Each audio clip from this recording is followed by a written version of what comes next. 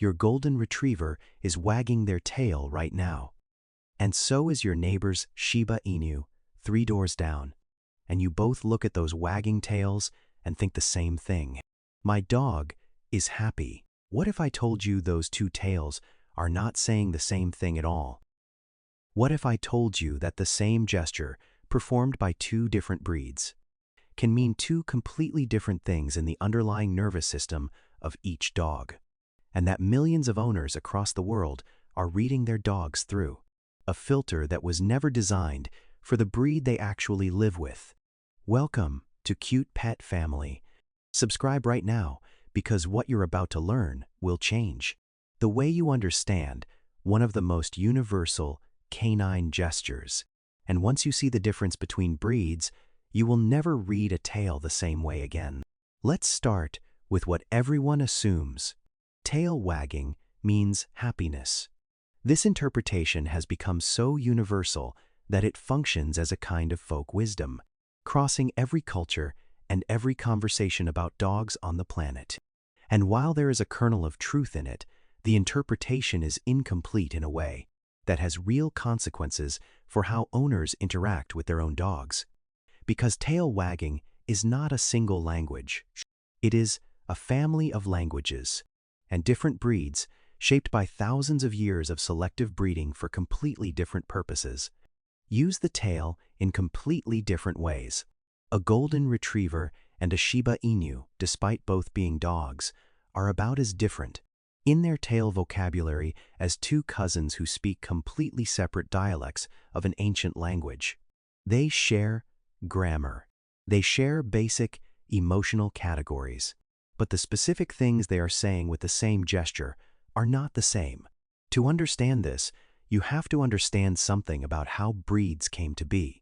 Dogs were not designed to all communicate identically. Different breeds were shaped, generation after generation, for different working roles, and those working roles selected for very different communication styles. A retriever was bred to work in close cooperation with a human, often at distance, maintaining constant, readable, friendly contact while moving through complex environments. The result is a breed whose entire body language is biased toward continuous, broad-spectrum expression. The tail is in motion almost constantly. The body is loose. The signals are large, frequent, and easy to read at a glance. This is a feature, not a bug. A retriever's job was to be legible to humans, and the breed's nervous system was selected to produce that legibility. A Shiba Inu is the product of an entirely different selection process. Shibas, like other Asian primitive breeds, were not bred for cooperative work with humans in the same way. They retain a much closer genetic relationship to early domesticated dogs and to wolves than most Western breeds do. Their communication system was shaped by a different evolutionary pressure: stealth, independence, and precision rather than constant social broadcasting. The result is a tail that operates on a completely different principle. A Shiba's tail is held high and curled over the back as a baseline posture. Movement of the tail is smaller, more controlled, more contextual. A Shiba's tail does not wag continuously. It wags meaningfully, and the meaning is encoded in tiny variations that the breed's own conspecifics can read instantly, but that most human owners, raised on retriever-style tail language, cannot. Here is the science that confirms this is not interpretation. Research in canine behavioral genetics has identified what are called breed-specific signature behaviors, stable, heritable communication patterns that vary significantly across breed clusters. A 2019 study published in the Proceedings of the National Academy of Sciences examined the genetic foundations of behavior in over 100 dog breeds and found that communication-related behaviors clustered tightly along ancestral lineages. Western working breeds, including retrievers and herding dogs, showed amplified, sustained, broadcast-style body language. Asian primitive breeds, including the Shiba, Inu, Akita, and Basenji, showed reduced expressive frequency and more concentrated high-information signaling. This is not training. This is not personality. This is breed-level neurobiology. So, what is each tail actually saying? Let's start with the golden retriever. A retriever's wag operates as a continuous emotional broadcast. The default state for a healthy retriever is mild to moderate tail movement during waking hours. This baseline movement signals general engagement and positive social availability. It is the equivalent of a continuous low hum. The information is not in whether the tail is wagging. It is in the changes from baseline. A retriever whose tail speeds up, broadens its arc, or starts moving the whole hindquarters is signaling increased positive arousal. A retriever whose tail slows or stiffens against baseline is signaling that something has shifted. A retriever whose tail stops wagging entirely is signaling alarm or significant discomfort. The absence of wagging in a retriever is itself a signal, and often, in a breed designed to broadcast continuously, a more important signal than the wagging itself. A Shiba's tail operates by completely different rules. Because the baseline is no wagging, the appearance of wagging is itself informative. A Shiba whose tail begins to move from its curled rest position is signaling specific engagement with something in the environment. The direction of the curl and the angle of the tail base carry information about emotional state. That has nothing to do with how broadly the tail is moving. A high, tight curl indicates confidence and arousal, but the meaning of that arousal depends entirely on what the rest of the body is doing. A Shiba whose tail loosens slightly from the curl, dropping toward the spine line, is showing what behaviorists describe as receptive engagement, a relatively rare and intimate state for the breed. A Shiba whose tail goes rigid in its curled position with the body weight forward and the ears alert is in a high vigilance state that could be either positive or negative, and reading the rest of the body becomes essential. A Shiba whose tail tucks completely under the body is in distress, and that distress is often more urgent than a comparable signal in a retriever, because a Shiba does not produce dramatic signals casually. This breed-level difference has real consequences in everyday situations. Picture this. A golden retriever meets a Shiba Inu at the park. The retriever approaches with a broadly wagging tail, loose body, soft eyes. The Shiba reads this as a strange, overwhelming, unmodulated stream of social signaling. For the Shiba, that level of continuous broadcast is the equivalent of someone yelling.